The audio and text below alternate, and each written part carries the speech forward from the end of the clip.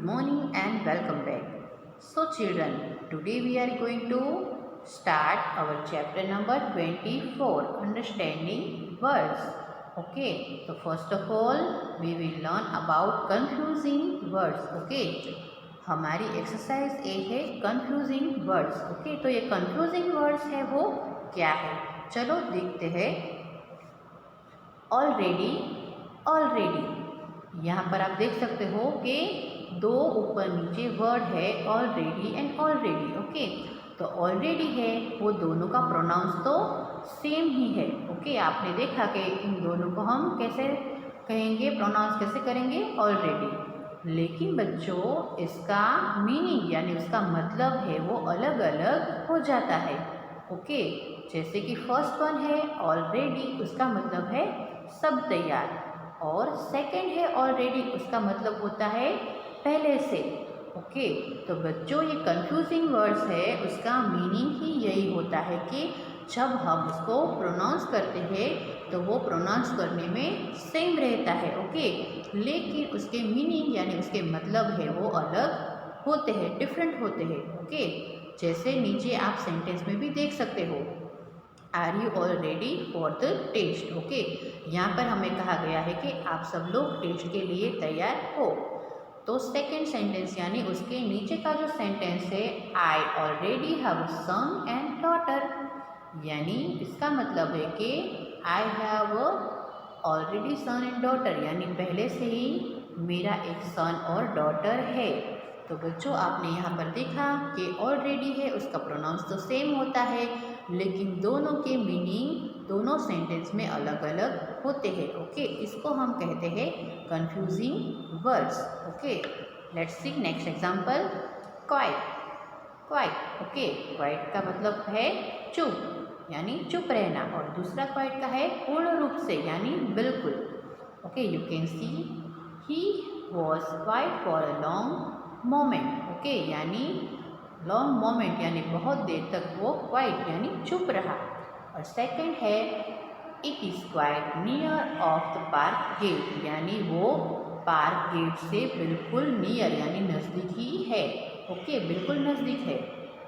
तो यहाँ पर देखा आपने, क्वाइट है वो उसका प्रोनाउंस सेम होता है, लेकिन उसके मीनिंग यानी मतलब अलग अलग हो जाते हैं. Okay, then next, father means पिता, और फर्दर मीन्स आगे.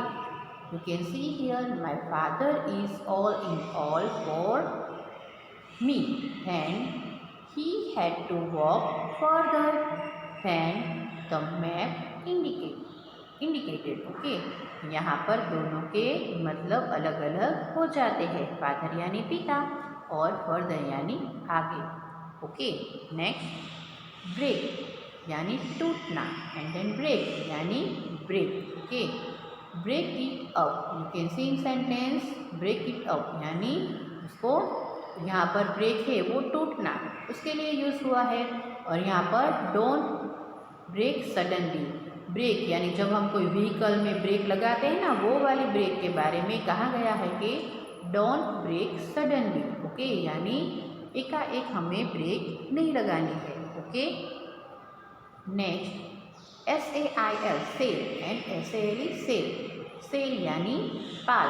ओके, एंड SALE यानी बिक्री, बिक्री यानी जितना जो सेल होता है ना, जो चीज़ हमारी बिकती है उसको कहते हैं हम बिक्री, सेल.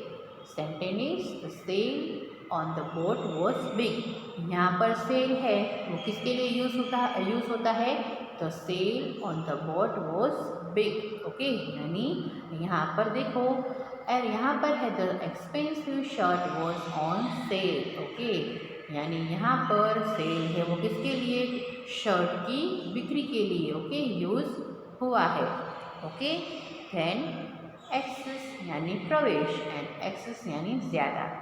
एक का मतलब होता है प्रवेश एंड एक्सेस यानी ज़्यादा, दोनों का प्रोनाउंस सेम ही होता है, access. I quietly accessed my option. Working to access will do you harm. Okay. So now let us see exercise B, rhyming words. तो यहाँ पर हमें राइमिंग वर्ड्स तो बच्चों हमें पता ही है, तो राइमिंग वर्ड्स यहाँ पर आप देख सकते हो कि right the words that do not rhymes in the basket, यानी यहाँ पर जो राइमिंग वर्ड्स नहीं है इसमें से उसको हमें यहाँ पर इस बास्केट में लिखना है। ओके, राइमिंग वर्ड्स आपको पता है जैसे कि लाइट, ब्राइट, देन साइट। तो यहाँ पर ये 3 है, राइट। उसके आपने देखा कि IGHT सब में सेम है, लेकिन आगे का जो वर्ड है वो अलग हो जाता है, यानी बोलने में वो light, bright and site, right, same तरीके से प्रोनाउंस होता है, लेकिन आगे का वर्ड है वो अलग हो जाता है, राइट। तो ये होते हैं हमारे राइमिंग वर्ड्स। तो यहाँ पर ये 3 है वो सेम है, लेकिन एक है, राइट, वो हमारा राइमिंग वर्ड्स नहीं है। ये light, bright and site word होते हैं, लेकिन एक है वो अलग है। ओके, सो एक है वो ऑलरेडी लिखा हुआ है। उसी तरह glass, wash, glass and grass, यहाँ पर आप देख सकते हो सब में लास्ट में डबल एस वाले वर्ड है, लेकिन यहाँ पर WASH है जो अलग पड़ता है। Okay, so we have to write here, then crown, found, sound and hound. Okay, यानी यहाँ पर found, sound and hound same है, क्राउन है वो अलग है। Okay, so we have to write in this basket pine, fine, climb and chime and climb. Okay, यानी यहाँ पर पाइन, फाइन एंड क्लाइंब, तो यहाँ पर CLIMB क्लाइंब है वो अलग वर्ड है। Okay, it's not a rhyming word. Climb का मतलब होता है चढ़ना। Okay, so we have to write in this basket. Now exercise C, opposite of words. Okay, यानी हमें यहाँ पर अक्रॉस और डाउन में जो वर्ड है उसके ऑपोजिट वर्ड्स हमें यहाँ पर लिखने हैं। Okay, you can see weak, weak है तो उसका क्या ऑपोजिट क्या हो जाएगा? ऑपोजिट यानी बच्चों विरोधी शब्द। ओके, जिसका टोटली ऑपोजिट है वो। ओके, स्ट्रॉन्ग, वीक है उसका ऑपोजिट हो जाएगा स्ट्रॉन्ग। ओके, तो यहाँ पर ऑलरेडी लिखा हुआ है strong. Okay, then happy, happy then SAD sad, then opposite of left, opposite left का क्या हो जाएगा? RIGHT right, then old, OLD opposite of old. Okay, old है तो उसका क्या हो जाएगा? YOUNG young, then new, new का भी क्या हो जाएगा? न्यू है opposite. Okay, NEW first one, तो न्यू है तो उसका क्या हो जाएगा? Old. Okay, then opposite of tall, toll का हो जाएगा short. Okay, then you can see here SHORT and thin, to thick. Okay, then उसके बाद है difficult. Okay, sorry slow, yes, then thin, to thick and difficult. So यहाँ पर you can see difficult 5 number, right. So difficult का क्या हो जाएगा? Difficult यानी ईजी। ओके, तो यहाँ पर आपने देखा तो ऑपोजिट वर्ड है उसको हमें अक्रॉस और डाउन में अरेंज करके लिखने हैं। ओके, हमारा वर्ड हो जाएगा strong, go, old, sad. Okay, उसके बाद short, then right, then fast, then easy, then young. Okay, now let's see exercise D, words with same meaning, यानी यहाँ पर हमें सेम मीनिंग वाले वर्ड है वो लिखने है। पहले हमने क्या लिखा था? Opposite words. अब हमें लिखने हैं सेम मीनिंग वाले, यानी जिसका मीनिंग मतलब सेम होता है वैसे वर्ड यहाँ पर हमें लिखने हैं। तो यहाँ पर ऑलरेडी बॉक्स में दिए गए हैं। सो क्लेवर एंड स्मार्ट। ओके, यहाँ पर क्लेवर एंड स्मार्ट है वो दोनों का मतलब सेम ही होता है। उसके बाद cold and icy, big and huge, big का मतलब होता है बड़ा। ओके, और हुज का मतलब भी होता है बड़ा। Then begin, start. Okay, begin and start दोनों का मतलब होता है शुरू करना। Okay, now quick, fast, quiet, silent, then tidy, neat, clever, smart, story, tale, wonderful, amazing, तो यहाँ पर ये सारे वर्ड है उसका मतलब सेम ही होता है। तो ये हो गए हमारे similar words. Now exercise E secret word. तो देखो बच्चों यहाँ पर find 2 or more secret words that are hidden in this words.